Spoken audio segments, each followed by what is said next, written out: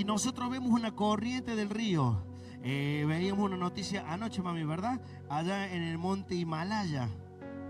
Una corriente de agua que viene bajando y se llevó puesto todo. No sé si usted vio las noticias, los videos son impactantes. Hay como un pueblo grandecito puesto ahí en la colina, y el río se llevó, no dejó nada. Eso es una ley física, que cuando viene esta corriente que cae de la montaña, nada lo detiene. ¿Usted me entiende? Eso es una ley, diga conmigo, física. Pero en el reino de los cielos no se rige de acuerdo a las leyes físicas, porque el reino de los cielos está por encima de las leyes físicas. Si el Señor suelta una palabra y dice que el río se tiene que detener, el río se tiene que abrir. ¿Cuántos dicen amén a eso? Eso es porque el reino de los cielos está por encima de las leyes físicas. Ahí entenderíamos cómo funciona la fe. Ahí entenderíamos cómo funciona lo profético de Dios. Ahí entenderíamos tantas cosas de la Biblia, que el Señor llama a las cosas que no son como si fuera. ¿Cómo es posible? Claro, porque Dios está en otra dimensión. Y nosotros como hijos de Dios, lo más loco de esto es que nosotros como hijos de Dios tenemos una apertura a ese mundo espiritual, que aunque no lo veamos, no significa que no pertenezcamos y no significa que no tengamos acceso. No lo vemos, pero lo sentimos. No lo vemos, pero tratamos de vivirlo. ¿Usted me va entendiendo? Y ese mundo espiritual y ese reino de los cielos, siempre como gobierna lo físico, termina manifestándose en lo que nosotros vemos en lo natural y en lo físico. ¿Me dice amén? Buscad primeramente, Mateo 6:33, busquen primeramente, ¿qué? Busquen primeramente ese reino que gobierna todas las cosas, y después todo lo del mundo físico vendrá añadido. ¿Usted me entiende? ¿Ahora lo entiende mejor? Ahí la palabra reino de los cielos, como lo decía la otra vez, está hablando del gobierno de Dios, el gobierno de su justicia, el gobierno de su palabra. Nosotros nos regimos por leyes físicas, le decía, pero en el reino de Dios todo se rige de acuerdo a lo que Dios habla. Por eso fíjese qué importante que para el cristiano, que el cristiano ore, que el cristiano ayune y que el cristiano lea la palabra. ¿Por qué? Porque de esa manera nos vamos metiendo dentro de las leyes que operan en ese reino. ¿Me entienden? Romanos 14:17, y es la palabra que quiero compartir. Ahí recién le acabo de hacer un breve resumen de lo que hablamos aquella vez acerca del reino de los cielos. Pero sí quiero hablarle hoy acerca de 3 elementos que conforman el reino de los cielos, y 3 elementos que usted tiene que aprender a analizar en su vida. Si estos 3 elementos se encuentran presentes en su vida y usted lo está viviendo de acuerdo a la perspectiva bíblica, no de acuerdo a nuestra perspectiva, probablemente usted esté viviendo en el reino de los cielos. Son 3 elementos. Hay más, pero quiero ir con estos 3 que son los esenciales. Romanos 14, versículo 17, dice lo siguiente. ¿Qué dice? Porque el reino de Dios, o el reino de los cielos, no es ni comida ni bebida, sino que, diga fuerte, justicia, paz, diga conmigo, justicia, paz y gozo. Repita los 3.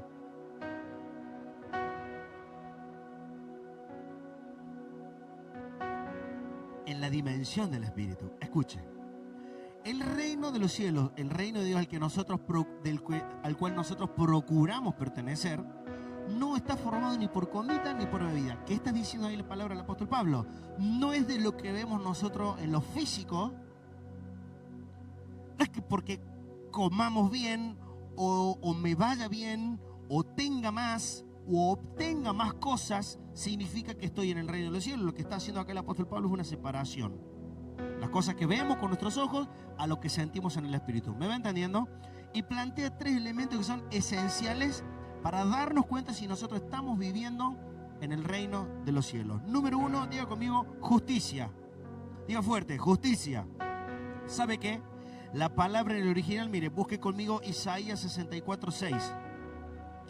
Hay algunas de estas definiciones que se les voy a mostrar en el Antiguo Testamento, que el Antiguo Testamento, como no estaba la revelación todavía de Cristo, muchas palabras del Antiguo Testamento nos dan una clara relación a cómo pensamos nosotros y cómo nosotros vemos.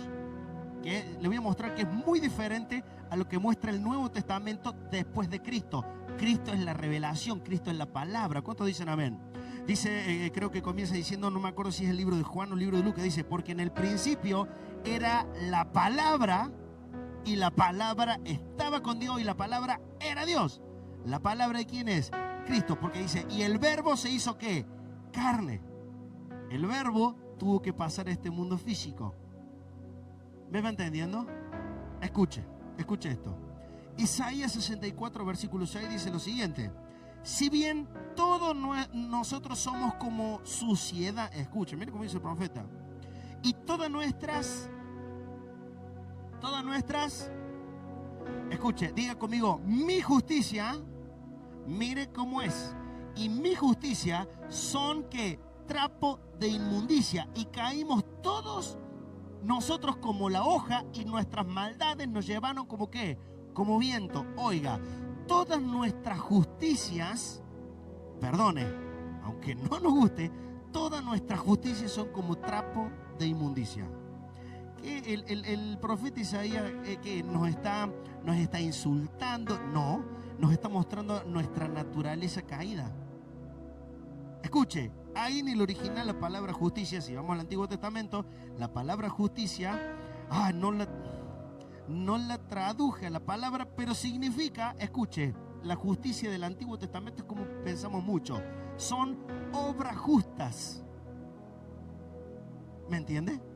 La justicia en el Antiguo Testamento es lo que nosotros en el común denominador de la gente creemos. Aquel que hace cosas buenas. ¿Quién es justo? Según el Antiguo Testamento y la mayoría de nosotros, aquel que hace cosas buenas. Estoy justificado, soy bueno porque hago buenas cosas. ¿Se entiende? Y mucha gente piensa así. Dentro de su mente es un desorden, su vocabulario es una inmundicia, sus actitudes dejan mucho que desear, pero como hace buenas obras, él es justo. ¿Me va entendiendo? Por eso Isaías dice, nuestras justicias no son más que trapos de inmundicia. No sirve, no alcanza. ¿Me va entendiendo? Aquel justo es aquel, mire, al ojo humano en el Antiguo Testamento es la palabra honrado. A lo que nosotros, a aquellas personas a las que les damos valor. Qué honrado tal persona, qué honrada tal mujer. O sea, de acuerdo a buenas obras y porque se porta bien, creemos que es justo y le damos valor a la persona. ¿Me va entendiendo? Ahora, esta justicia no es la justicia humana no es el reino de Dios. Cuando dice Romano, porque el reino de Dios es justicia, que dijimos, paz y gozo, esa palabra justicia la escribe el apóstol Pablo en otro idioma en el Nuevo Testamento y es a partir de Cristo, no a esta justicia que dice Isaías que nosotros creemos. ¿Me va entendiendo? Y usted va a ver por qué es necesario hacer esta separación. Mire, en el Nuevo Testamento, yo que recién le dije, buscad primeramente el reino de Dios y su ¿qué? Y su justicia. La Reina Valera traduce ahí la palabra justicia, pero es muy diferente a la palabra que usa el Antiguo Testamento. Desde Cristo para adelante, la palabra justicia, esta sí la nota es media rara, dikaiosune, con K, dikaiosune, y significa lo siguiente, escuche, significa equidad. No, la palabra original por ahí no hace falta que la anote porque no te vas a poner a estudiar el idioma, simplemente lo menciono, pero en el Nuevo Testamento la palabra justicia significa equidad, significa a cada quien lo justo, y por otro lado significa justificación. Una vez trajimos un estudio acerca de esto, de qué es la justificación, y la justificación significa el que pagó la condena. Mire qué diferencia es la justicia del Antiguo Testamento con la justicia del Nuevo Testamento. La justicia del Antiguo Testamento era buena persona, portarse bien, ayudar a los demás. ¿Me explico? En el Nuevo Testamento, el que pagó la condena. ¿Alguien acá pagó la condena del pecado? ¿Quién pagó? Entonces, nuestra justicia, nuestra justificación en el Nuevo Testamento es a través de ¿quién? Ya no se trata de mí. Por eso me era muy necesario separar el Antiguo del Nuevo Testamento. El Antiguo Testamento es como pensamos todos. Si yo soy bueno con vos, Vos tenés que tener una autoestima de mí que yo soy buena persona. Al otro le miento, soy mala persona. Pero con mi esposo y mis hijos soy buen padre. Entonces yo me considero buen padre. ¿Me va entendiendo que voy? Todo tiene que ver con mi punto de vista. Pero en el Nuevo Testamento, a través o a partir de Cristo, del Señor Jesucristo, murió y resucitó. Él pagó nuestros pecados. Por lo tanto, yo soy justo, no por mis obras, sino por la obra de Cristo. ¿Cuántos dicen amén? Esa es la justicia en la que consiste el reino de los cielos. Si usted todavía, les dije 3 elementos que nos van a mostrar si yo estoy viviendo el reino de los cielos o estoy viviendo el reino ficticio que yo creo. Si usted todavía se cree bueno por la gente que ayudo, por cuántas veces voy a la iglesia, porque yo oro más que el otro, en un momento el Señor se enoja y enseña, dice, porque los fariseos oran y dicen, gracias Señor que no soy como aquel otro. Miren la manera de orar que tenían. Y se creían justos. ¿Usted me va entendiendo? Cuando usted pasa por ese encuentro con el Señor Jesucristo y se te revela esta palabra de que Él murió por nuestros pecados, su gracia me alcanzó. ¿Se acuerdan lo que predicamos el domingo? ¿Cómo era la palabra? Que es asaj. Su gracia que nos alcanzó antes que la maldición. Cuando yo entiendo esto, yo me siento justo, ya no me siento indigno. Porque lo primero que pasa cuando yo tengo un encuentro con el Señor Jesucristo, me siento indigno. ¿Por qué? Y porque se contrasta toda mi humanidad y todos mis trapos de inmundicia contra ese amor y esa gracia. ¿Usted me entiende? Pero el segundo paso, cuando yo tengo un encuentro con el Espíritu Santo y con Cristo, se me revela ese gran amor, el ágape que hablamos el domingo. ¿Se acuerda? De tal manera Él nos amó, que envió a su Hijo para que nos justifique. Entonces yo hoy me siento justificado. Yo puedo declarar que yo soy justo. Pastor, no sea tan orgulloso. No, repito, porque no se trata de mí. Soy justo por medio de aquel que venció. ¿Cuántos dicen amén? Ahora, entendiendo esto, ¿cuántos justos hay acá en este lugar? Usted tiene que estar convencido. Amén. Porque no es por nosotros, es a partir de aquel que venció. ¿Cuántos dicen amén? Si usted se siente bien en su corazón y usted dice, gracias Dios porque soy justo, y usted lo entiende que no es por nuestra obra, sino por Cristo, usted podría estar viviendo dentro del reino de los cielos como una primera instancia. ¿Cuántos dicen amén? Vamos, continuamos. Escuche. Mientras yo permanezca en mi rectitud, ¿viste cuando alguien dice, yo no le hice mal? ¿Viste cuando hay gente que se justifica? Justamente se justifica. Yo nunca le hice mal a nadie, yo no le robé nada a nadie, yo no le pegué a nadie. Yo sigo en mi justificación. Usted puede caminar tranquilamente en esa rectitud y no significa que usted esté caminando en el reino de Dios. ¿Me dice amén? Bien, segunda palabra, volvemos a Romanos 14, por favor. Hoy va a ser rapidito. Romanos 14, versículo 17. Dice, no es comida ni bebida, sino que es justicia, y diga conmigo, paz. Diga fuerte, paz. ¿Qué es la paz? ¿Qué es la paz? De vuelta, vamos a ir a un versículo del Antiguo Testamento y vamos a ir al Nuevo Testamento. Isaías 32, 17, por favor. En el Antiguo Testamento una palabra muy conocida, la palabra paz, que es la palabra, diga conmigo, shalom. Diga fuerte, shalom. Habrá visto que los judíos muchas veces se saludan. Lo que es para nosotros, Dios te bendiga, para ellos es shalom. Escucha esto porque esto es tremendo. La palabra shalom, ponme Isaías 32, 17, por favor. Mire lo que dice. Isaías 32, 17.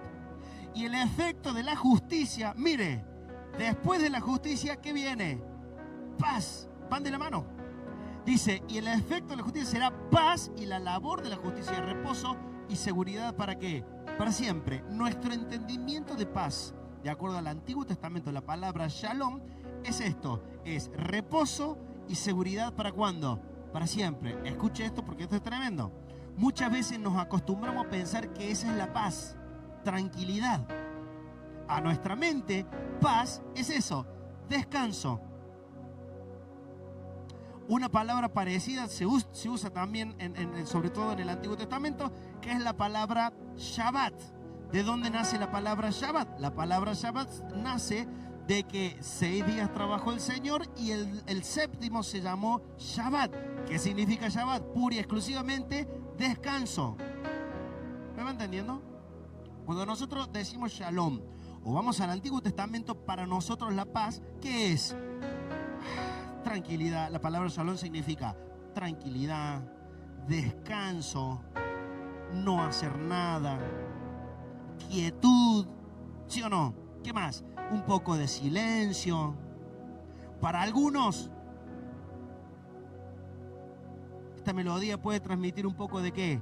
De paz, porque lo asociamos rápidamente con esto. Seguridad, tranquilidad. ¿Me dice amén? Diga conmigo, tranquilidad mía. Diga conmigo, seguridad mía. Diga conmigo, felicidad mía. El Antiguo Testamento utiliza la palabra paz, la palabra shalom, siempre, repito, igual que la justicia, desde nuestro punto de vista. Cómo yo me siento. ¿Me entiendes? Pero en el Nuevo Testamento se utiliza otra palabra. Por eso, quedarnos solamente con shalom es insuficiente. No digo que está mal, está bien, pero es insuficiente, porque shalom es mi tranquilidad, mi seguridad, mi estar bien, mi descanso, tiene que ver conmigo, mi punto de vista. Ahora, si usted va al Nuevo Testamento, cuando el Señor le dice Juan 14, 27, por favor. Juan 14, 27, fíjese lo que dice la palabra aquí. ¿Qué dice el Señor? Si lo tiene, léalo fuerte.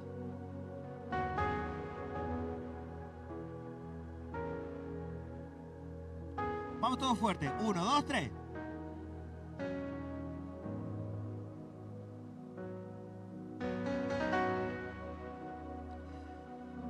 Cuando yo era chiquito, yo no había leído esto y yo creí que el Señor decía, ni pasos dejo ni pasos doy. Yo decía, que el Señor no camina, ni pasos dejo ni pasos doy. Yo trataba de meditarlo. ¿Qué será, Señor? ¿Qué estás diciendo? Hay que estar quieto, no hay que moverse. Después escuché un pastor que decía lo mismo y dije, yo no era el único. Después cuando vos lo lees, mi paz os dejo. Hay que leer bien. Escuche. Cuando el Señor dice, mi paz les dejo, mi paz les doy, ahí no está diciendo shalom. Por eso usted tiene que ver que a partir de Cristo todos los significados cambian. Las palabras cambian. ¿Sabe qué palabra en el original, en el Nuevo Testamento, la paz? Cuando dice el apóstol Pablo en Filipenses 4, 7, si no me equivoco, dice, y la paz de Dios que sobrepasa todo entendimiento, guardará vuestros corazones y vuestros pensamientos. Fíjese, la paz de Dios. ¿Me entiende? ¿Es Filipenses? Filipenses 4, no, sí, es Filipenses 4, versículo 7, si no me equivoco. Mira, toma. La paz de Dios, ¿qué paz? Esa paz de Dios no es shalom. ¿Quieres saber qué palabra es ahí la palabra paz?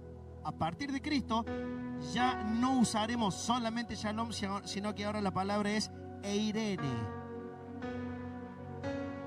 La palabra eirene. ¿Qué significa la palabra eirene? Mire, porque esto es tremendo. ¿Sabe qué es la palabra eirene? Muy diferente al descanso, muy diferente al sonido despacito. Poneme sonido despacito porque quiero tener paz en Cristo. Nada que ver. La palabra eirene, el primer significado bien en grande, anote ahí, prosperidad. ¿Qué tal? ¿Cuántos dicen amén? Mire, ponga ahí prosperidad y en un segundo término, eirene, y es el que más me gusta el término prosperidad, pero hay una definición que me gusta más. Esa palabra eirene significa restauración.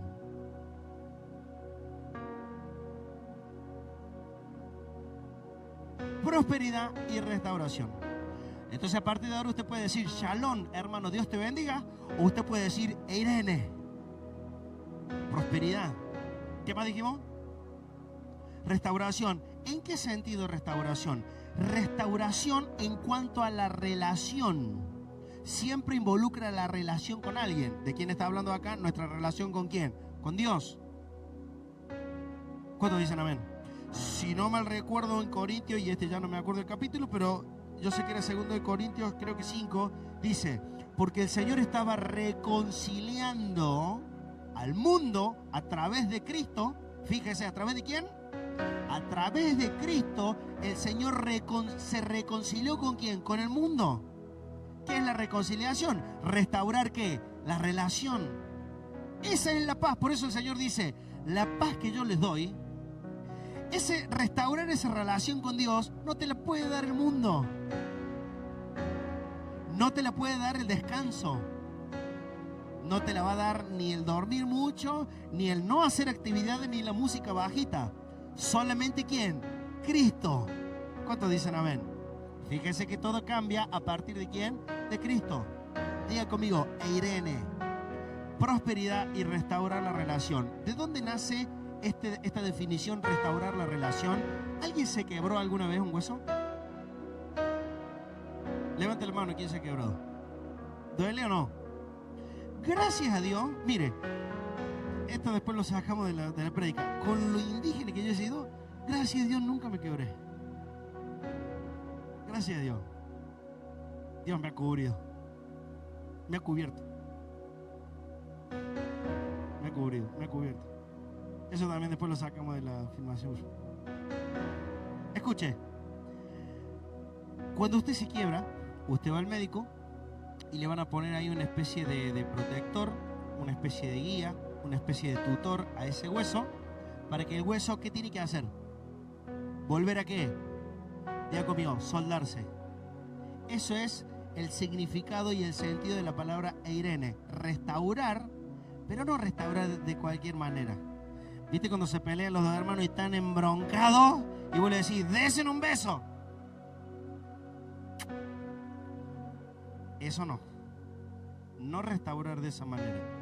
Cuando un hueso, usted pregúntele a un médico, un hueso se quiebra y vuelve a soldarse, esa soldadura del hueso pasa a ser tan fuerte y tan firme que usted puede llegar a tener otro golpe más y es casi imposible que usted se vuelva a quebrar en el mismo lugar. ¿Por qué? Porque la soldadura terminó haciéndose muy fuerte. Eso es en el sentido de la palabra Eirene. No es restaurar la relación como que Dios dijo, bueno, dale, te perdono, pasa para allá. No, no. Es una reconciliación, es una unión tan fuerte, marcada por fuego, marcada por el tiempo, marcada por sangre de Cristo, que hará que esa relación nunca más se vuelva a quebrar. ¿Cuántos dicen amén? A menos que yo agarre la canilla y me ponga a darle contra la pared de vuelta. Si yo lo hago voluntariamente, bueno, ahí esa soldadura y ese Eirene corre peligro, pero ya es voluntariamente mío. ¿Me entiende que voy? Si yo voy a estar ahí doblegando esa relación, ahí con el pecado constantemente, y un día esa Eirene se puede volver a quebrar, pero ya es voluntariamente mío. ¿Me dice amén? Mi paz les dejo, mi paz les doy. ¿Qué está diciendo el Señor? La paz de Dios que sobrepasa todo entendimiento. El Señor está diciendo, a través de mi sacrificio y la cruz y la sangre que va a salir de mi cuerpo, se va a generar una restauración tan fuerte entre Dios y ustedes, que después de ahí vendrá todo el shalom. Vendrá el descanso. Dicho sea de paso, en el Nuevo Testamento crees que el apóstol Pablo en un momento dice, porque a partir de ahora Cristo ya es nuestra shalom. Él ya es nuestro Shabbat, pacificador. Aquellos que buscan, aquellos que luchan por la paz. ¿Qué clase de persona sos? ¿El que lucha por la paz o aquel que siembra cizaña. Dice Proverbios, 6 cosas aborrece Jehová, y en una de las versiones dice, y la séptima no la tolera. ¿Cuál es la séptima? Aquellos que siembran cizaña entre hermanos. Dios no lo soporta, no lo tolera. Le da asco, dice una de las versiones. ¿Qué clase de hermanos somos? ¿Qué clase de hijos somos? Que tratamos de buscar la shalom o la irene con los hermanos, y donde hay un conflicto, no hago oído sordo. No, acá hay un lío bárbaro. No, yo me voy por otro lado, yo hago la mía. ¿Eso es ser un pacificador? Miren lo que dice la palabra: bienaventurados los pacificadores, porque los pacificadores serán llamados hijos de Dios. ¿Es usted un hijo de Dios? ¿Vivirá usted en el reino de los cielos? Usted tiene que transformarse a partir de hoy en un pacificador. ¿Cuántos dicen amén? Mientras tanto tus obras no lleven a la paz, mientras tus obras no lleven a la reconciliación, hay dos peleados, y en vez de buscar que volvamos a una restauración, le metemos ahí leña, ¿vio? Y le tiramos queroseno, le tiramos combustible para que arda más fuerte. Pues ya sabemos, solo los pacificadores, aquellos que buscan la restauración, serán llamados hijos de Dios. ¿Cuántos dicen amén? Decirle que tenés al lado: Irene, Irene, Irene.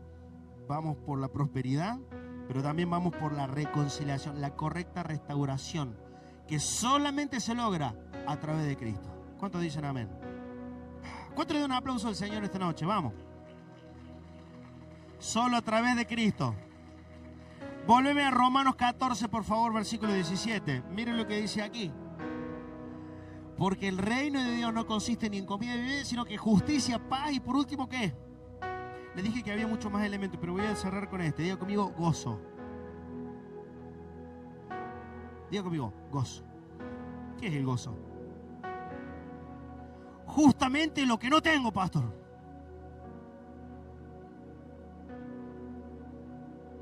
El gozo, ¿con qué lo relacionamos rápidamente siempre? Con la felicidad, con la algarabía. Contate un chiste. Contate algo para que nos riamos un poco. ¿No le ha pasado en algunos momentos crueles de la vida, donde usted está pasando por un quebranto, que trata de despejar la mente y usted ve un reel, ve un chiste o se acuerda de algo que le hace reír, tal vez en una carcajada incontenible, pero se terminó la risa y usted vuelve a la normalidad del quebrantamiento que usted está viviendo, y esa risa duró 3 minutos y se acabó? Entonces se acuerda de la situación y se le borró la sonrisa, como dice una alabanza por ahí ahora. Se le borró la sonrisa. La palabra gozo no tiene que ver con reírse. Juan 15:11, por favor. Juan 15:11 dice: para que el gozo, estas cosas les he hablado para que mi gozo esté en... Mire, el Señor siempre habla desde Él. Para que mi gozo, mi paz les dejo. Vio que habla siempre desde Él. Dice: para que mi gozo esté en vosotros y vuestro gozo, dice otra versión, sea pleno. Oiga, Cristo pagó un precio, hizo una obra en la cruz para que tu gozo sea ¿qué? Pleno, sea completo. ¿Cuántos dicen amén? Y el gozo es claramente en el significado quitar toda amargura. Y capaz que no te andes riendo a carcajada por ahí como loco, pero tu corazón está contento en el Señor. ¿Cuántos dicen amén? Tal vez no te estremeces a morirte de la risa, pero tu corazón está sereno, tu corazón está tranquilo. ¿Usted me entiende? Esto es lo que dice la palabra, el gozo del Señor. Si no me equivoco, en Nehemías capítulo 8 dice que se juntaron a leer la palabra después de haber vuelto del cautiverio, haber reconstruido el tabernáculo y haber terminado la obra de los muros, y leyeron ahí la palabra, y dice que decía la palabra escrita por Moisés: tengan ánimo, hoy no es día de tristeza. Tengan gozo, porque el gozo del Señor es vuestra ¿qué? Fortaleza. Alce su mano al cielo y diga conmigo: el gozo del Señor es mi fortaleza. Nehemías 8, versículo 10, si no me equivoco. ¿Si me lo ponen? Nehemías 8, versículo 10. Perdón, no lo tenía anotado, pero se me vino a la mente. Luego les dijo: id, comed grosura y bebed vino dulce, y enviad porciones a los que no tienen nada preparado, porque día santo es a nuestro Señor. No se entristezcan. ¿Cuántos dicen amén? Porque el gozo de Jehová es vuestra.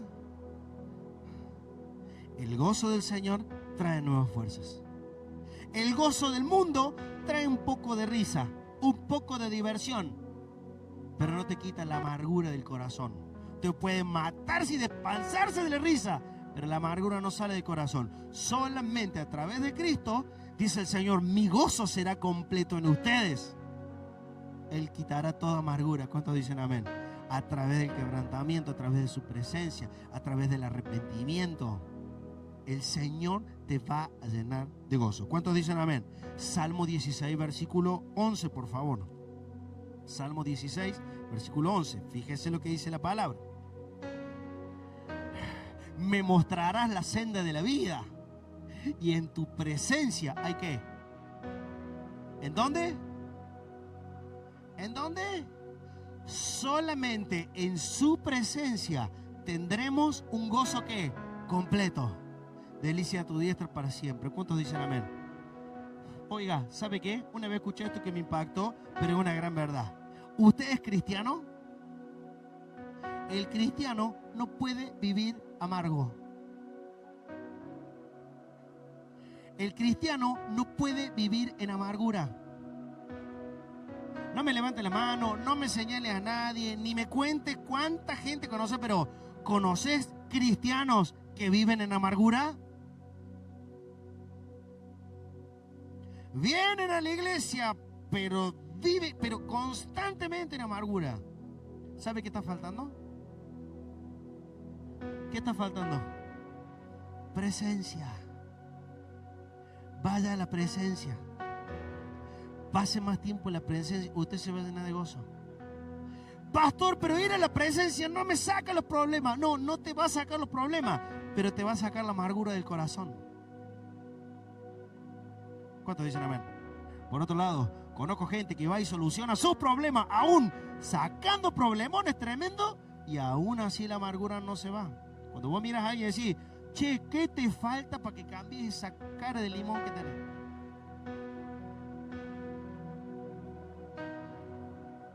¿No sabe usted? Usted puede estar en un mundo, se puede estar cayendo el mundo, pero usted busca su presencia. Su presencia nos llena de gozo. Y usted se ríe de verdad. ¿De qué te reí? Una alegría que desborda mi corazón. Me pasa muchas veces cuando estoy ahí a solas con el Señor, que a veces tengo problemas, que a veces tengo muchos. Les comento por los dos si a alguien le interesa. A veces tengo problemas y muchos, y voy ahí a la presencia de Dios y recibo una palabra, recibo una administración. En su presencia hay plenitud de gozo. A veces salgo riéndome como un loco. El Señor viene y me toca y me abraza de atrás. Me río. Y por ahí pienso, si alguien me viera, diría: este es un loco. En su presencia hay plenitud de gozo. Oiga, si usted está viendo que la amargura te está llevando, la amargura ya no es solamente un sentimiento, sino que la amargura ya es algo que te gobierna. La amargura es algo que gobierna tus días. La amargura es algo que gobierna tu semana. La amargura es algo que ya gobierna tu economía, ya gobierna tu salud. La amargura ya es algo que gobierna todo el ambiente de tu casa. Claramente te está faltando pasar tiempo en su presencia. Esto es una ecuación, pero así de simple. Más tiempo en su presencia, proporcionalmente menos amargura en el corazón. Nada de presencia con el Señor y el corazón cargadísimo de amargura. Tómelo como una ecuación matemática. ¿Cuántos dicen amén?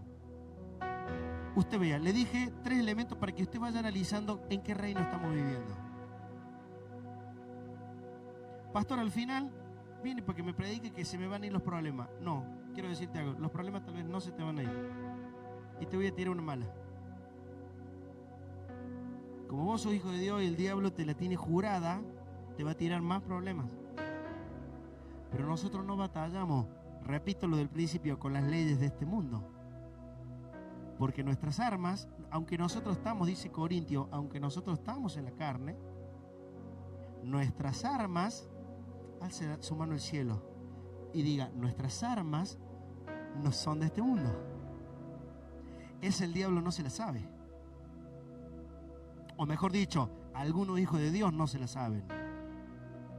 Como nuestras armas no son de este mundo, el diablo te puede tirar los misiles más atroces.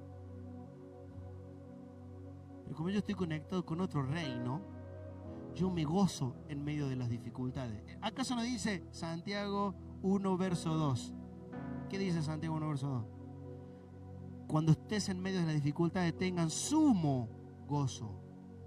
¿Cómo? Es absurdo. No, no es absurdo. Porque cuando estemos en adversidades, cosas de este mundo, yo me conecto con el reino de los cielos, que está por encima. Por eso usted en medio de las dificultades puede tener gozo. Usted llena su casa de la presencia de Dios y usted va a ver cómo con el correr de los días usted va a empezar a estar más feliz. Pero feliz no por buenas noticias, una felicidad que nace del corazón, que tal vez no le viene ninguna noticia. Del corazón comienza a nacer el gozo. ¿Usted me va entendiendo? Justicia, paz y gozo. Todo a través de Cristo y hoy por medio del Espíritu Santo, lo que leíamos recién. ¿Cuántos dicen amén? Hay una foto que le pasé a los chicos de multimedia.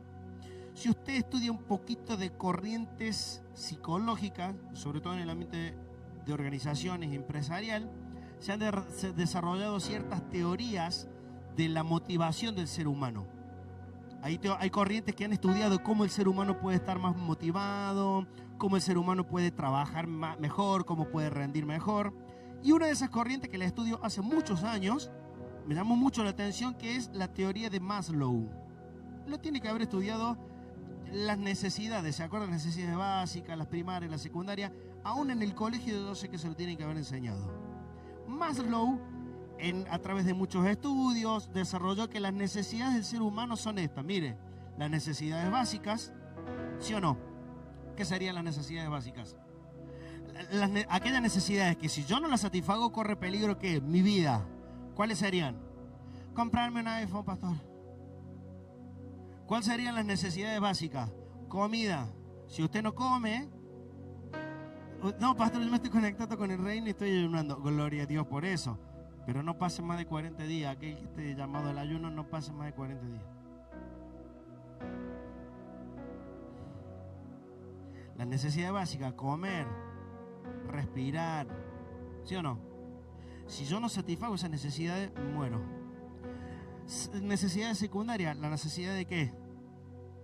De la seguridad.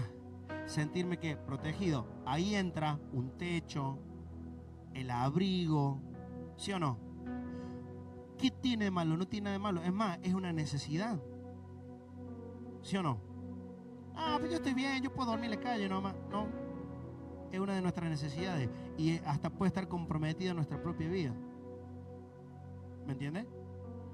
En un tercer nivel tenemos las necesidades ¿qué? Las necesidades sociales. Estas necesidades sociales ya van en un orden de menor prioridad, ¿vio? O sea, las necesidades sociales... a relacionarme con la otra gente tampoco es una necesidad que si no la suplís te vas a morir. Las dos de abajo sí, pero las necesidades sociales de relacionarme con alguien, sí es una necesidad, es algo importante para nosotros. No corre peligro tu vida, pero sí es necesario que, justamente, valga la redundancia, es necesario que tratemos de satisfacerla. ¿Me va siguiendo hasta aquí? Fíjese estas palabras que utiliza Maslow: necesidades básicas, seguridad. Lo que traté de hablar con ciertas palabras, lo que le vengo predicando. Mire, necesidades sociales, restauración de relaciones, vivir en comunidad. ¿Me va entendiendo a dónde quiero ir? En un cuarto nivel tenemos, no se alcanza a leer ahí, son necesidades de estima. Sentirme querido, sentirme amado, sentirme respetado. ¿Con qué tiene que ver, con qué esfera de nuestra vida tiene que ver esto plenamente? Con nuestra familia. Todos necesitamos una familia. Un bebé que nace, usted no lo haga, pero usted ve noticias que dejan un bebé tirado. ¿Puede sobrevivir el bebé? Necesita claramente que esta seguridad de la familia, la estima, el amor, el cariño. ¿Usted me va entendiendo? Y aún no bebé, aún siendo grande, el Señor Jesús dijo, no es bueno que el hombre esté solo. En Génesis capítulo 2, no es bueno que el hombre esté solo, le haré una ayuda idónea. Aún una necesidad que nace desde que el Señor creó al hombre. ¿Me dice amén? Y por último, en el último nivel tenemos la necesidad de autorrealización, el desarrollo personal. Crecer, expandirme, madurar, ser profesional, trabajar, tener una empresa, y ya son necesidades ya de otra esfera. Todas estas, si usted se pone a analizar, todas estas necesidades analizadas desde un punto psicológico de lo que observamos humanamente, todas nacen. Si usted después estudia en su casa y trate de relacionarlo, usted va a ver que plenamente nacen de 3 elementos: justicia, paz y gozo. Todas estas, psicólogos muy importantes lo descubrieron, si yo no me equivoco, hace más de 60 años atrás que lo estudiaron y lo armaron. Todas estas necesidades humanas en su eje nacen de 3 elementos: justicia, paz y gozo. El Señor lo enseñó desde hace 6.000 años atrás sin hacer ningún estudio psicológico. ¿Cuántos dicen amén? Pónganse de pie, por favor.